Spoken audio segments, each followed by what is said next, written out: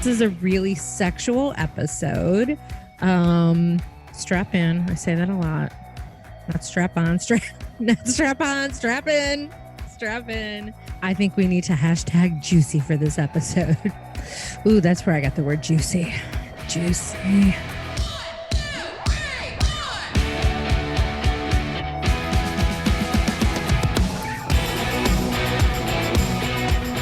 Hey, Warners, welcome to Women Your Mother Warned You About. The podcast that makes everything sexy again. I'm Rachel Pitts, mom, realtor with BRG, and creator of The Closing Curve. And I'm Gina Tremarco, founder and a sales trainer at Pivot 10 Results and Carolina Improv Company. Hey, girl, hey. Hey, let's talk about sex, baby. Let's talk about you and me. No. Maybe not you and me. You don't want to talk about sex with you and me. But we'll talk about sex today with Missy Garcia. Oh, yeah. We are talking about sexual empowerment and leadership. It is a juicy episode. Yep. And you may be wondering, how does sexuality and leadership link together? But Missy fills you in. Missy is a powerful sex and leadership coach for women who are desperate to escape from their dull and disconnected lives. She offers sage advice about sexuality and leadership from a raw place that is developed through her own journey of self-transformation, which is really interesting. Missy is passionate about empowering women with tools to come back into the true beauty of who they are, guide them to opening their heart completely to loving all of themselves and totally embracing their badass queen within. She coaches women to access their inner power, to be healed from within, and bring back the juiciness into their life, careers, and relationships. Ooh, that's where I got the word juicy. Juiciness. And I think that's really, really important, that sometimes people are stuck in something, their life is kind of in a dull place and it's really feeling dry and lifeless. And juiciness, they may not really know that's what they're looking for, but that's where it's at, the juiciness. Well, I think in general, just to be productive and effective in your life, if you don't have that core in place of who you are and being grounded and having all of that, nothing else works. Amen to that, sister. So this is a really sexual episode, good for men and women, and really addressing that and how you can harness that. So I felt like I needed to use that word. I don't know, harness. I don't. Oh gosh. Well, I will say that one of the things that in this episode that really kind of struck me was she points out the need to draw boundaries and how we as women have not done that growing up. We were conditioned to please everybody. And yeah, how can you be a really good leader if you've kind of grown up conditioned that way? I'm not going to say much more, but that was sort of my aha takeaway. So we don't just talk about sex. So if you're a mom and you've got you're in the car listening, I'll let Rachel run with this. Well, I would recommend as a mom to give it a listen beforehand and then decide. Or a dad. We have dads listening. That's right. If you're a parent and you might want to give this a listen, because we do actually delve into how to talk to your kids about their own sexuality so that they are comfortable and it's appropriate. So you might want to let them listen, but that's going to be your boundary to decide if you want to let them listen. I would recommend listening through it first. Yeah, we just wanted to give you a forewarning on this episode. You were warned. What else should we tell them about? What else should we tell them about? Just a reminder, if you want to spend more time with Rachel and I. You can join our special private exclusive group, Warner World, at warner-world.com. Go check that out. Anything exciting anything you're working on, Rachel, you want to share? I'm working on all kind of things, but I'm not going to tell you about them just yet. We're not quite ready to announce anything new, but there's new up and coming stuff in my world. And Warners, if you haven't given us a review yet, please go to our show on iTunes. You can rate us as high as 5 stars and leave your comments. If you leave us a nice, juicy comment, we'll read your review on an upcoming episode and give you a super duper shout out. You can also access our iTunes page from our website, womenyourmotherwarnedyouabout.com. I think we need to hashtag juicy for this episode. So if you use the word juicy in your review, you get extra points. So I think we should move on to this episode with Missy Garcia.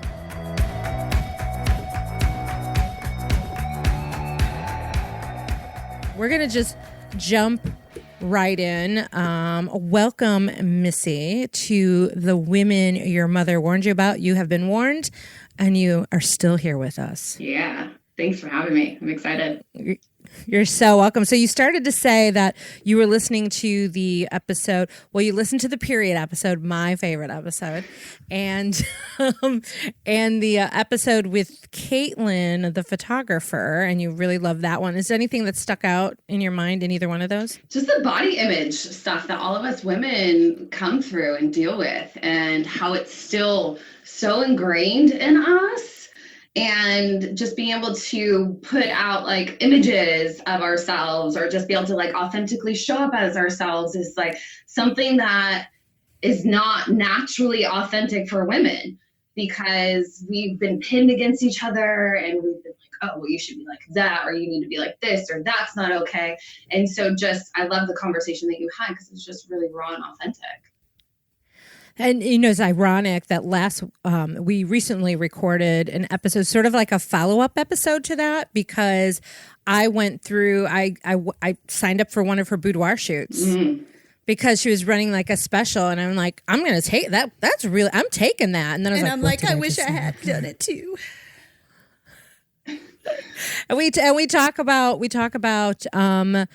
the process that I went through going through it and doing it. And then like, now what do I do with these photos? Because I really took them for myself and nobody else. It was about self-love. Yeah.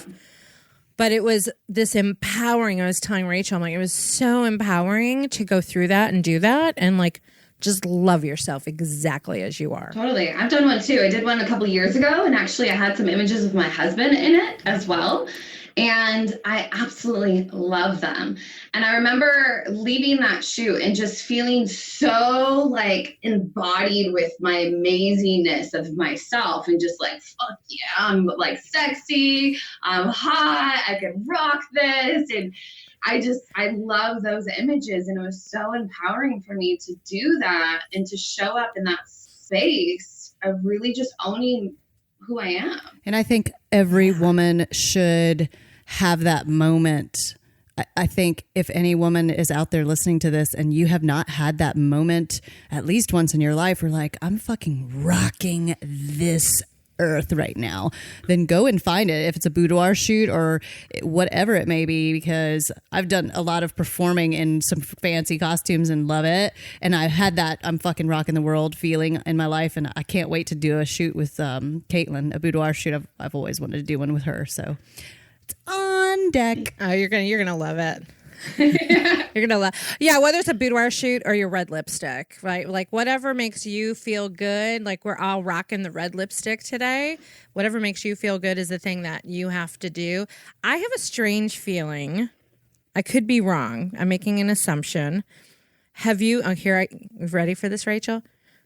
Missy, have you read the book Pussy? Oh, hell yeah. I figured. How could you not? How could you not?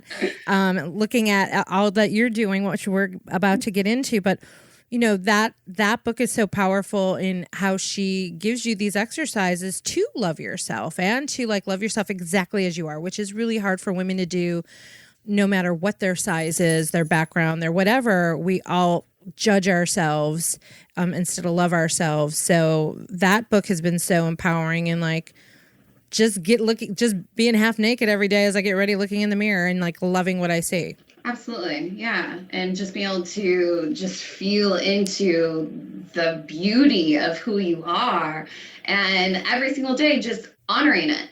No matter if it's even like beauty of bitchiness. I know, like, again, you were talking about the period episode and you're like, stay away from me today.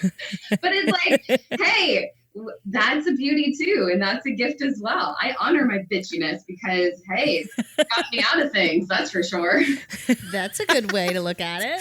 That's a really good point. Well, I want to start with the most obvious question, at least for me. I don't know if Rachel has the same obvious question, but going through your website and looking at everything that you do, we were really intrigued by you. So we love the opportunity of having you here today because I think your niche is interesting and right in alignment with what we do. So I want to know, what does sexual empowerment and leadership weave together? And how did you choose this path as a niche in what you're doing? So you're talking about sex, leadership. I'm sure people are like, what? Everybody is like, what? How does that go together? So I'm going to start with the second half of the question. How did I pick it? I didn't really pick it. It picked me. I was doing a meditation, trying to discover what my niche was. I went through Layla Martin's Sex, Love, and Relationship coaching program. And when I went into that coaching program, my intention was to get skills to help me with my own trauma. I had sexual trauma. And to not necessarily come out on the other end as a coach, but as I went through, it was like, how can I not show these gifts into the world and help other women feel as empowered and as like whole as I do now?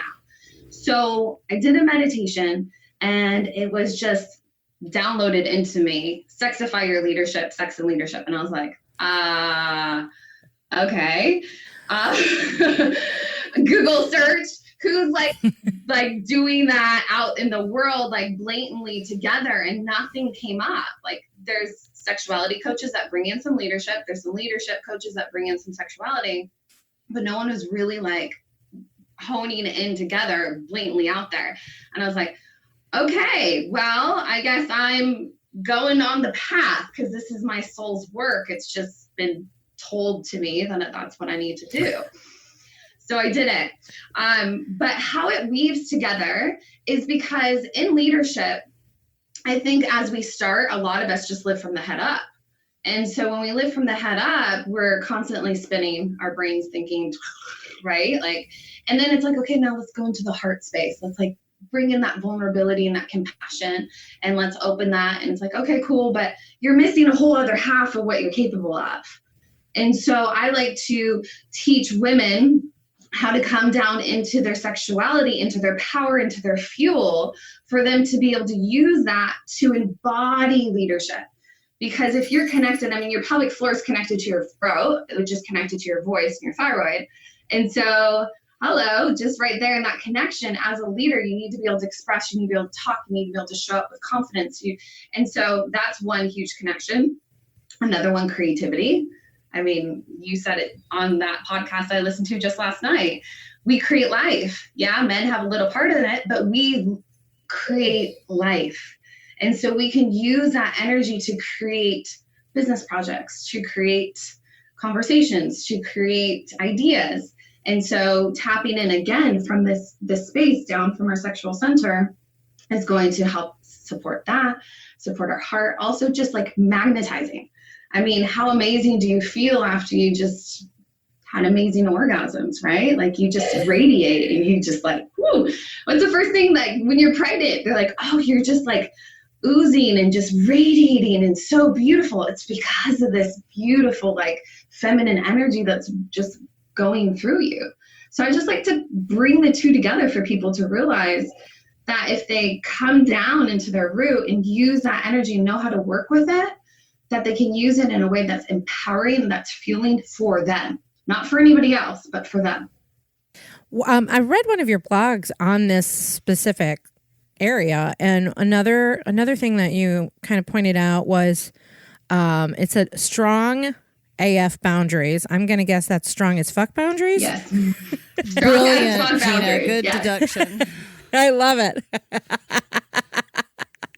Well, it's a strong AF boundaries. I'm like, That's strong as fuck for sure. Yes. So I found that really interesting. Will you touch on that? Yeah. So, okay, as women, we've been so trained to give away our sexuality, right? Like we need to give it away to attract a partner, to, even some with manipulation purposes, to just put ourselves like in a sexy light, like hello Hollywood and all of that. Like it's been given away and we've been conditioned in that way. We've also been trained to not have boundaries around penetration. Let's just like some of us, a little bit, but not really, right? There's an obligation that's always underlying. So if you're in a partnership, then it's like, oh, you need to show up for your partner in this way and make sure that they're satisfied, blah, blah, blah, blah, blah. Well, when you're so connected, and again, I think she talks about this in Pussy, when you're so connected into your sexuality, so connected into your pussy, that no way is anything penetrating her unless it's a whole body yes. And when you can feel that whole body yes and be able to say it, but you can also feel that whole body no and say it, especially around sex, you can show up in that way with anything else. So somebody puts, hey, you want to come do this interview at 5:00 in the morning? You could be like, is that a yes? Is that a no? And you can just honor that, right? That's strong boundaries. Somebody asking of something for you, during the time of my month, I'm like, no, probably not going to happen. Ask me again next week. So you can just have really good boundaries when you can really honor your center and tap into her yes or no. You can do that with anything else that's being asked upon you. Do you think that some people are born with an innate connection to their sexuality and others have to learn it? Because for me, I know I was really connected with my sexuality from really young, like to the point where people are like, oh God, this girl. But, I'm just connected to it. And I know that you can actually, or I've been able to, especially when I was teaching dance, I could tell like which girls had sex. Like I could immediately tell in ballet class, oh, that one had sex this weekend, because it's just a different way of holding yourself, because the teens are suddenly connected to the lower part of their body, and they're not like, ooh, what's going on? What do I do with this? And it's really weird and icky. And I think sometimes there's women that go through adulthood and they still have that. Even if they've had sex, they've obviously probably had not great sex, or they maybe have never had an orgasm, bless their hearts. Like, and they just, I think that's a real big connection. But I'm guessing you would agree if there's a disconnect between being comfortable with your sexuality, it shows up in a lack of confidence, because it's such a crucial part of what being a woman is all about. Whether you have children or not, if you're not connected to all that pelvic floor stuff, I'm sure you can get into the science of it, but it's just, there's a disconnect that happened with women when they think it's icky. And I think that Regina Thomasauer really touches on that with Pussy, that we're so disconnected. And now I'm reading, at Keith's suggestion, Slow Sex, which I'm sure you're familiar with as well, where she talks about, oh God, it's so good.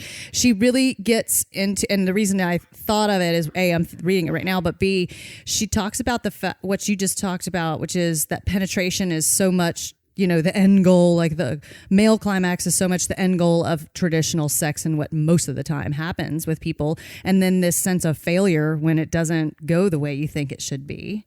And so she gets into the whole other side of just exploring that sensuality of sexuality that doesn't have an end goal. It's great. Yeah, that's important. Yeah. So I believe that all of us are connected innately into our sexuality. We masturbate in the utero. So that's like a normal thing. I think it's conditioned upon us to change based off of our social conditioning, our family conditioning. If you're caught playing with yourself as a child, were you shamed for it? Were you like, oh, that's icky, don't touch there, don't look at it, don't. So I think that comes on in a dancing world. I think women are a little bit more naturally connected into it, because they have to move their hips. And when you're moving your hips, the flow between your hips with your sexuality is going to flow. So I think it's something that's taken away from us, and especially with women, because we are put into a certain box of how we're supposed to show up and how we're supposed to be. Myself, I was disconnected from it. I have a gift, I can call it a gift now. I can feel sexual energy, like really like hardcore. I could feel it. And so growing up, I never knew what that was when it was being projected onto me as men, from men especially. And so I literally like just felt so uncomfortable, made myself very small. And then again, I had sexual trauma. And so it was just like, okay, cut completely off from that. I used to have panic attacks with my husband before we would be intimate, like literally panic attacks. And there's moments that I would like throw him off of me and just like freak out. So there was so much in my body. And so I had to come back to be with it. I had to come back to be able to release the shame, to be able to feel comfortable with it again. So I think, multiple times we could disconnect from it, but we can also journey back to it at any point in time if we decide to.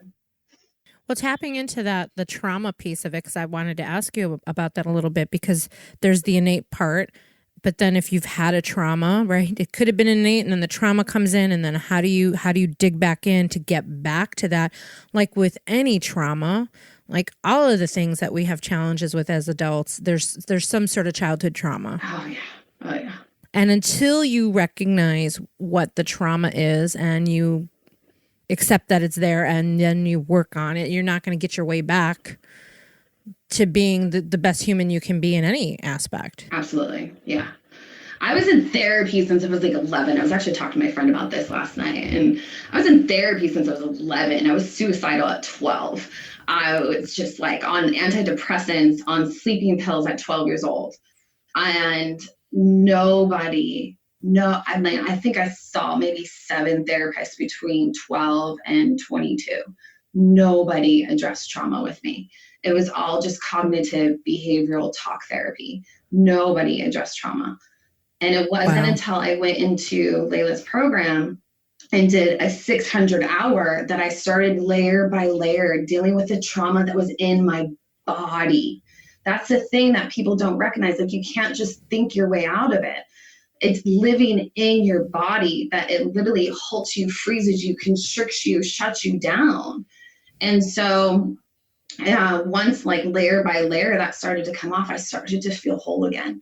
There's still many layers that I have to go into, but I feel whole and I feel capable and I can show up in a way that I was never able to before. So it is a journey. For those of you that do experience trauma, I recommend starting to work with somebody that has somatic awareness, that does somatic psychology or somatic experiencing. Get the book, The Body Keeps the Score. That was eye-opening for me. It took me probably like 3 months to finish it. Not because it wasn't juicy content, because it triggered me. I had so many aha, like, oh my gosh, and I had to integrate and process and deal with what I had just learned. Because again, it was a long time of me holding this trauma in my body, seeing many professionals and not getting the support and the help that I really needed. Which is scary. So scary. So scary. For you to go through that much therapy, and I've been through plenty of therapy, and Rachel, I'm sure, has had her bouts with that. Like we are all into like taking care of ourselves, mind, body, and soul. But a lot of times therapy is they're just listening to you ramble, and they're not really giving you anything to work on the trauma piece of it. Well, or they're not giving you, I mean, let's face it, the therapist's job is to help you unlock the things that are locked up, for lack of a better way of expressing it. You know what I mean? Like when you finally, Missy, when you finally found that program that you went through, it helped you unlock the layers. And the therapists, they just don't see it. They don't see they don't say it in a way that you can latch onto it to unlock for yourself. Because they're really guides, like truth guides. And if you don't get the right one that can, see what, or has the experience and the types of things that somebody's been through, they can't help you get to it, because you have to want to get to, or be able to get to it. Yeah, and like be able to like get to it is a really good sort of way of saying it, because again, cognitive like therapy, behavioral therapy is working on your cortical thinking brain. So that's like your thinking brain. You have your limbic brain, which is going to be your emotional brain, but then you have your primal brain, which is in the body. And that's where all of this is stored. And so if they're not using tools to get you into your body to help to release what's in the body, you have to complete those stress cycles. We're constantly like, that's when we're getting triggered, is because that stress cycle hasn't been completed. And so we need to complete those stress cycles so we can not get triggered by those. You know, David Avery touches on that in Game Changers on that a whole part of trauma where it's a fight or flight that your body has been conditioned to. So whatever that trauma was that happened to you, your DNA now is like grabbed onto that and doesn't know how to let go of it. Yeah. Yeah. And it is going into your body and starting to affect your health. Yeah, absolutely. So not only does it stored in your body, affects your health. I mean, one example is when people get drunk and they get angry, it's because we store anger in our liver. And so then when they're drinking, it's affecting the liver, and then it releases that anger that's been stored there. And so that's why they get really angry. So we store emotions in our body too. Ooh, that was like a mic drop moment. And you know, the other thing about any type of trauma and peeling away those layers that you were talking about, Missy, is it's scary for people to face those demons. And I think in terms of sexuality, people don't really want to look at it sometimes because they're afraid what they find there might prove that they're not good enough, or like prove that they're not good at sex, or prove that they're just unworthy in some way, where I would assume that actually the opposite is true, is if you really, you know, once you face your demon, then you diffuse it, like you destroy it after a while probably of battling it. But like, it's like shining a light in the darkness and realizing that what you thought was there isn't really there at all. It was just the thought of it. Yeah, and learning to embrace it. So learning to embrace the dark and also get into the light. But again, that's what I love about sexuality work, is because I feel like the majority of us women have an underlying core conditioning that we're not good enough, that we're not worthy. And when you can tap in to your sexuality and experience the beauty of just your pleasure and your energy and just be able to be with it, I come out from like my self-pleasure sessions that I do with myself, which is like my self-meditation sessions. And I come out and I'm just like, fuck yeah, I'm worthy. Like, of course I'm worthy. And this doesn't come from just a thinking about it place. This comes from a full embodied place of just like, of course I'm worthy. Like, your pleasure does that to you when you. That's how I felt with the boudoir shoot. Yeah. It's exactly how I walked out going, damn, I'm sexy. Yeah. And I am so fucking worthy of whatever I want. Yeah. Because you're so tapped into your pleasure center. Yeah. Yeah. So give our listeners one or two tips on if they are listening and going, how do I do that? I have no idea. Like, where should they start?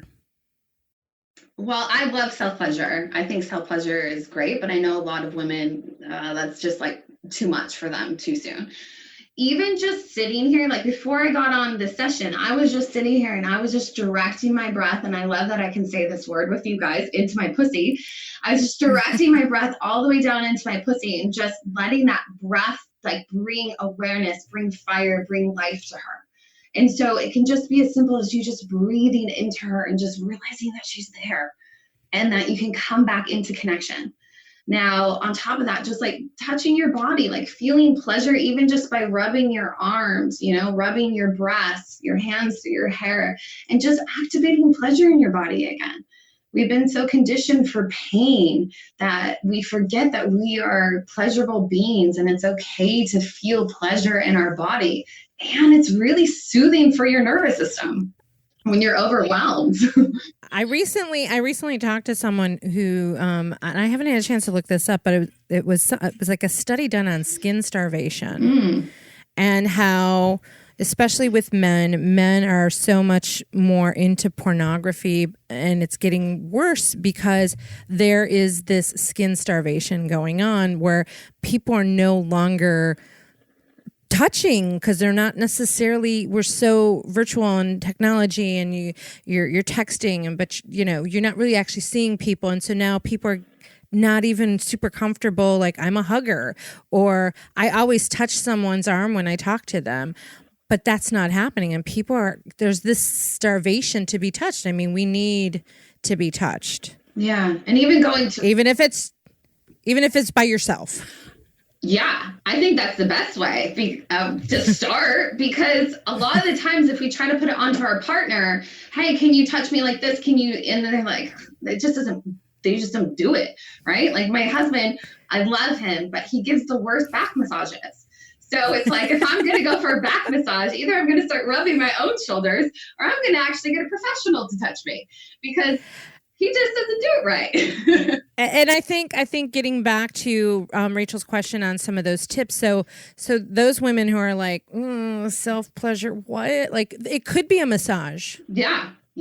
I think. Right. So it's what is going to make you happy, tap into you. So there are different ways of self-pleasure. We're not just talking about masturbation here. Yeah. So getting, touching yourself, getting a massage, but also, masturbation is really powerful, and not just with Amen. the end goal of having an orgasm, to actually be able to be with your energy, to work with your energy, to move that energy. I think that we think like it just needs to explode like out of our clitoris and then we're gone, like done, go on with your day. For me, it's like 30 minutes of just being able to move. And sometimes that's okay too. Totally. That is Take fine. it back to you casually dropped the bomb of that masturbation is common in the womb. And so if it's so common, and I know that it's common in nature as well, so then what is it that makes, I guess it's like religion and society's rules that have taught us that that it's bad, and it's actually like the most intimate and loving thing that you can do for yourself, because like you're the only one that really knows how to touch yourself in a way that really is exactly right. And then I think we all search for the partner that you can get, the partner that can like get that going on for you. You know what I mean? Or in a way that's even better than what you could do for yourself. But people just it's just got the stigma. It's just a damn shame, I think. I agree. I think because generation, like your parents did it to you and you just did it, naturally then change and do that with your kids. I have 2 kids. I have an 8-year-old daughter and a 6-year-old son. And I was like, I'm not going to shame them around that. I don't remember if I was shamed, to be honest. I don't remember much of my childhood, which kind of tells you a lot about some trauma that I may have experienced. So I don't remember if I was shamed around that or if I was ever into touching myself. But I can tell you that both of my kids do. My daughter, it's like a coping mechanism for her. It's a soothing mechanism for her. And I just show them like, it's not really a good thing to be doing at school. You want to do it with, where you're safe and where you have privacy and where you can feel very supported in your own, body. And so your bedroom's a beautiful place for that. The bathroom's a beautiful place for that. And so I just honor that in them. So it's just changing that paradigm. And I'm totally in agreement with that. My daughter and she heard me talking on the phone after I had read the Regina Thomas-Hour's book about pussy, and she heard me say to my husband, I said, I think I'll just quit everything and become a pussy expert. I just think that's the deal. And then to you, I think was you said it to that you? to me. It was probably to both of you. Yeah. And then you were talking to me on the phone. My daughter heard me and she asked me, and she's like, well, what are you talking about? First of all, she didn't understand that word, and she's 10. And so we talked that through, and it was, I aspire to break that cycle of shame. And I've had that same conversation that, she, somebody at her school or something happened at school about kids touching themselves. And we had that conversation a long time ago. And I said the same thing. I said, it is perfectly okay to do that. And to prevent other people from judging you about it, you want to be in a safe place. Like you said, your bedroom, your bathroom, when you're on your own and you're in a safe place where no one can tell you that it's wrong. It's your body. You should know your way around it, and you should have your boundaries so that nobody else ever comes along and makes you feel bad about your own body. Yeah. And having the conversations around it with kids, I think, is so important. And I'm not a mom, but I have a lot of mom friends, but also dad friends. I've got a dad friend who they just moved into a new house and their son is going into his preteen years, and the house has that's like 2 bedrooms on one floor and 1 bedroom on the other floor, and they put him on the upstairs bedroom to himself, and the dad talked to him and said, "Hey, listen, you can do whatever you want up here." Had the talk with him, and of course the son's like, "Dad," and he's like, "No, it's going to be important. You might not feel it like it is right now, but just know you're going to have this privacy." Yeah. I think it's okay. That's so great. And especially because men have been so trained, like, hurry up, get it done. Right. And so, hello, that's been conditioned into them to last like 30 seconds to 2 minutes. And that portrays oh my into God, the I never relationship. thought about that. Yeah. Oh my God. So it's like, if we could teach our sons how beautiful it can be and how they can learn to work again with moving their energy and not have to just force it off, that it can be an actual sort of self-care practice that they can do. Hello, that's going to, make for really cool stuff later on with Yeah, and I think also if people are having healthy conversations about sexuality to kids at a young age, then there probably could be less cases of sexual trauma later on, because people learn to value this act rather than, A, force themselves through it, or B, force themselves upon someone. And, if people could if the whole idea of sex could be not something cloaked in shame, and just that it's a beautiful thing rather than, there's just so much dysfunction. And I think that a lot of it's lack of conversation. I mean, half the guys out there don't know what the hell to do with a clit at all. And they're going to pretend like Seriously. they know, or they're just going to, like you said, get on with it and get over it and hope nobody, mentions that thing. Yeah. Or make it all about them and it's just about my pleasure, which then again keeps the paradigm of women that they're just there to serve the man, to get him off. And so, yeah, I think like that huge shift starts with us as parents to change that paradigm within the household.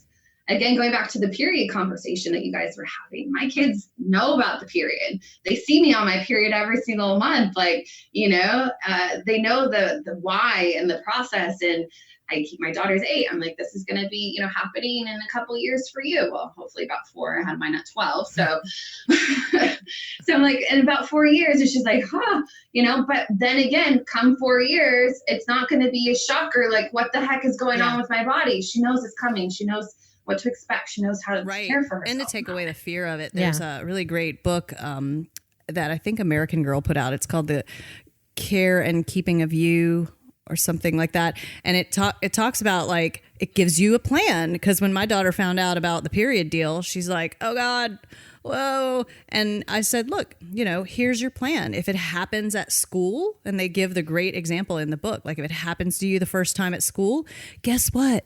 Your teacher had her period she had her period for the first time a long time ago too. Like, every woman that you run into, you can walk up to them and say, oh my gosh, I just got my period. And they're going to help you. Every single woman. There's not a woman out there that doesn't understand that feeling of like, oh gosh, I need some help in this moment. And she was like, okay. Yeah. That's so, how empowering is that for our daughters? Yeah. To know that, and for them to feel like, oh, this is just what my body's going to do. And I'm like, it's your superpower. Totally. It's insane. Hey, Warners, you have probably heard me talk on several occasions about how much I love wearing red lipstick. Lipstick is just one of those things that makes me feel good about how I look, and sometimes a little extra enhancement to my lips from Dermavogue doesn't hurt either. I've known Dr. Jim Turek of Dermavogue for years. He is not only my doctor who keeps my body healthy, he and his Dermavogue team keep my face looking healthy and maybe a little younger. Maybe. I mean, I love it when people say something looks different about your face, but they can't really tell because that's really what you want. You want to go to a place that makes your face look as good and it makes people wonder what happened. So what's really cool about Dermavogue being our premier sponsor of this show is the fact that I'm a client, and I was a client before they became a partner of the show. So we're excited about that. Dermavogue has been offering the greater Myrtle Beach area the best in cosmetic and aesthetic dermatology since 2003. Opened by Dr. James Turek, Dermavogue combines expert medical knowledge with cutting-edge technology, bringing you the most effective, flawless solutions to any skincare or cosmetic need. Their patients enjoy only the absolute best in laser technology, including photodynamic laser therapy, hydrofacials, and V-beam laser treatments, as well as the latest fillers such as Botox, skin peels, facials, and more.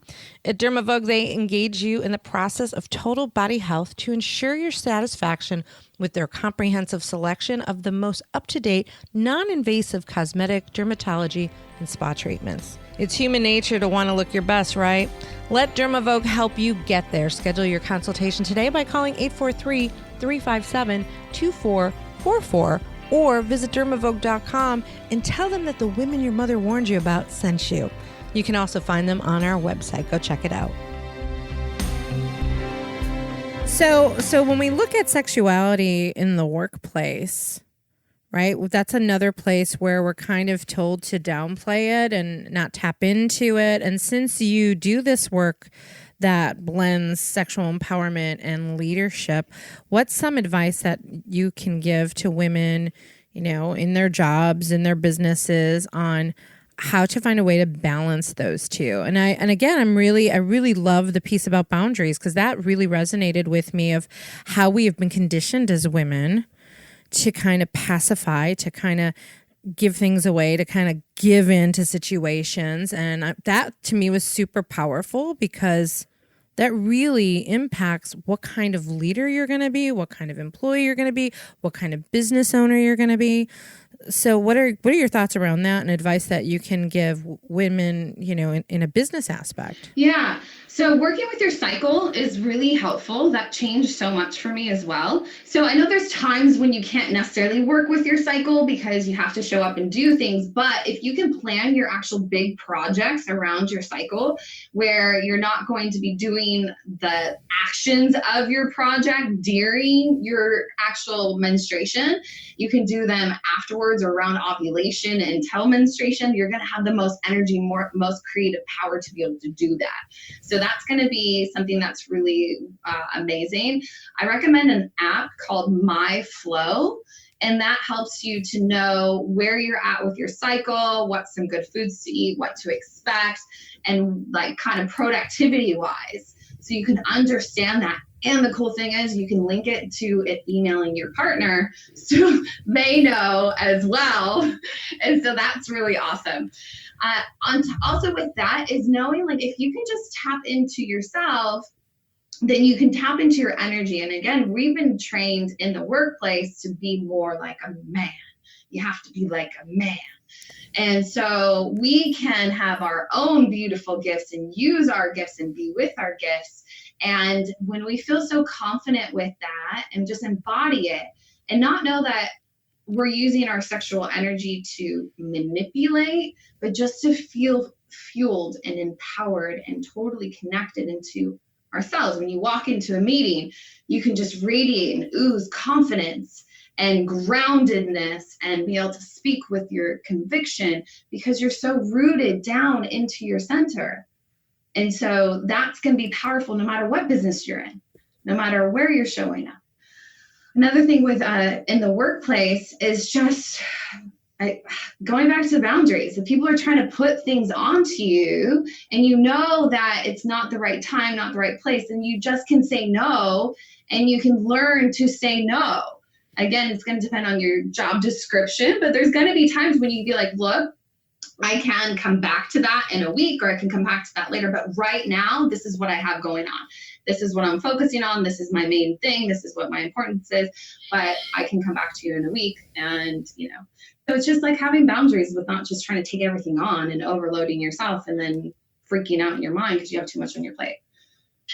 I think that's really interesting because I've been in many situations, specifically back in the corporate America days, where things were put on me that felt so uncomfortable that I literally went into fight or flight feeling that almost felt like a different type of assault, even though it was like I was being put in a corner to do things that, and not sexual, it was like do things that were not appropriate for business.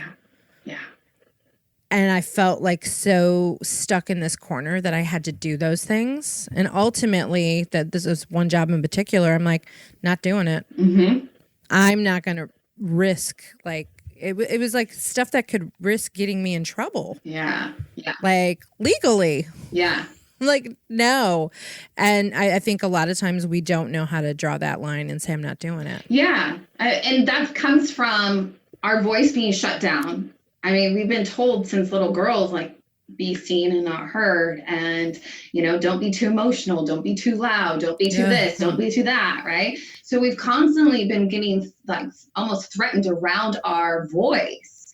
And especially when it comes to a man. So if your boss is a man or, you have your, overseers as men and they're coming and asking you of things, there's this underlying sort of conditioning that you got to always say yes to the man. And so when we're not fully embodied with our own power as a woman, then it makes it harder for us to really like say no and just no. We don't need to necessarily give explanations. No is okay. No is enough, and it is a full sentence. That's right. I was about to say it's a full sentence. Yeah. I love that. I think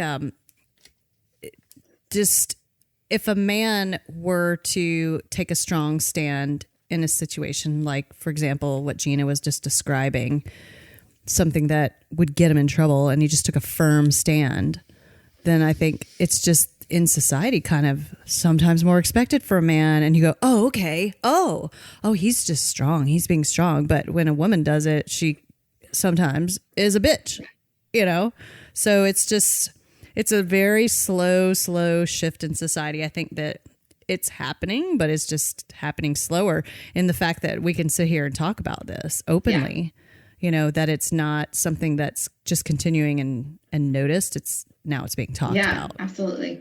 And I think that's important. The more that we are saying no, the more that it's just going to be a normal thing for people to hear and people to see. Through this conversation, I got a little bit triggered with something you said, Missy, because I literally had a boss say to me, "You're being emotional." Yeah. And really shut me down. And there was really good reasons for me. And to be emotional. And I said to him, I'm like, right, I am being emotional. I'm exhausted. I'm working 18 hours a day. I was opening a venue, a new attraction. I'm like, I have people pounding down my door, people not showing up to work. I'm in a new environment. I'm begging you to send me help. You've yet to send me help. I'm raising my hand to say I need help because I'm okay with saying I need help, and you're calling me emotional. Yeah. If a man raised his hand and said he needed help, would he be called emotional? No, they send the cavalry. Send in the women. Yeah. I mean, that's like yeah. Send in the women. Yes. Yeah, and they sent in the men, and it made it worse. So. Yeah. We are great multitaskers. We take care of people. We're nurturers when we can do so much, and we're creative and we're powerful. Like, that's innately within us. And so they throw, a lot of times society will throw so much at us and like, you can do it. And especially, we see this in motherhood. We see this in women in business. We see this all over the place. Like, you can do it. Why aren't you doing it? And it can get overwhelming. And so the more that we have our strong boundaries we're rooted in, and we can speak and say to what we need. And then, when we're so convicted in it, like, yeah, okay, I can own that I'm tired, and I can own that I'm like asking you for help, and I can own that you are not actually showing up to support me in this. And whether you call that emotional or not, this is a powerful woman in your face telling you what I need. Yeah. Yeah. Ooh. Love it. Hey, let's, because sometimes we run out of time before we get to ask these couple of signature questions. What is your definition, Missy, of sexy? Ooh, oh, sexy for me is, and I love how I just closed my eyes and just like tapping in. Sexy for me is just this embodiment. It's a feeling, it's an energy, it's a flow within me. So it's not a look, it's not a body type, it's not any like makeup on, makeup off, like wake up in the morning, right, or all done up. It's just like, it's a flow that goes through me. It's a movement that I feel in my body just with being with that energy that flows through my body. That's what sexiness means to me. Awesome. That's a great answer. I love it. And I love that you mentioned in there, like waking up in the morning. Cause everybody knows that like first thing in the morning, wake up where it's all on and good stuff. Like it doesn't have to be all done up on Saturday night. Like sexy. Sometimes the best sexy is first thing in the morning when everybody's got like bad breath and bad hair. Yeah, absolutely. Yeah. And it's just a flow. It's just your own flow, and whatever it means to you and feels to you is going to be so different. Hey, sexy to me is when I put my red lipstick on. Yeah, I put it on with such intention and care. I do, seriously. It's like this routine, this ritual of putting it on. I don't know. It sounds crazy. No, it's not. I am actually putting on my lipstick is my activator, like my superhero activator. I just have only recently committed to the red.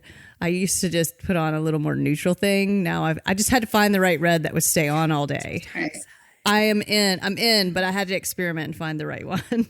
All right. So Missy, what is the best advice that you've ever been given? Best advice I've ever been given. The answer is always within. I spent so long just trying to find somebody else to save me, somebody else to fix me, somebody else to give me what I need, somebody else to like make me feel whole or feel good. And it wasn't until like I just tapped into myself and realized like everything that I need is always within. So when I was just guided back, like just guide in. Everything you need is always within you. That was probably the best advice that I was ever given. And to go along with that, what is the best advice you would give to our listeners? One piece of advice. Probably the same thing. I was wondering. I was like, I bet you it's the same answer. Yeah. Which is awesome because it's an awesome answer. Yeah. Everything that we need is within. The answers are within. The wisdom was within. The love was within. The belonging is within. The safety is within. Like all of that can be sourced within. And when you can feel that, you can show up 100% authentic of who you are. And to really tap into that a little bit more, if you're not feeling like you can go within, you might want to go seek out some sort of counseling, therapy, something, coaching, some sort of coaching, form of healing. Like, go look for that. If you can't, we're all into that and big believers into that. So if you can't go to do it yourself, go get help doing it. That's my 2 cents. Yeah. And even just right now, like if you just close your eyes right now and just start to feel like, is there a place within me where I could feel like even a tingling of just love within? And if you can find that, just even if it's so small, if you can find that, just start directing your breath into it. And with each breath going into wherever you're feeling that in your body, it's bringing more energy into it, more fuel into it. Can it expand? Can it get bigger?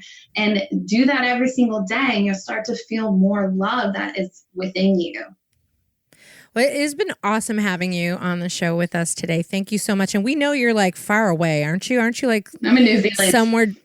Yeah, you're somewhere down under, right? You're in New Zealand. So thank you. I don't even know what time it is over there, but we appreciate you jumping on with us. Thanks for having me. And for our Warners to hear you. And Missy, how can listeners reach out to you and learn more about you? I have my website, so missyagarcia.com. Awesome. And Warners, we'll put all that information in our show notes. We will also, we've referenced several books on this episode, so we will also put links to those books in the show notes. So you can always go to our website to tap into all of those links. You'll learn more about Missy, find out where you can get those books at. And again, Missy, thank you so much Thank you for being here today. We're going to wrap up. Thanks to all of our Warners for listening to this episode of Women Your Mother Warned You About. To learn more about us, you can visit our website at womenyourmotherwarnedyouabout.com. You can also connect with me directly at ginatramarco.com to learn more about just about everything I do. And Rachel? You can find me, Rachel Pitts, all over social media as Rachel on Real Estate, or you can visit the website of the same name, rachelonrealestate.com. You can also find all of our social media links and free downloads on our website, womenyourmotherwarnedyouabout.com. Also on that spiffy website is a link to iTunes where you can find a really cool place to leave us a rating and review in case we didn't mention it earlier. And Warners, keep on keeping it sexy. And remember, for the best relationships, keep it real, raw, and relevant. And a little irreverence doesn't hurt either. Bye, Warners.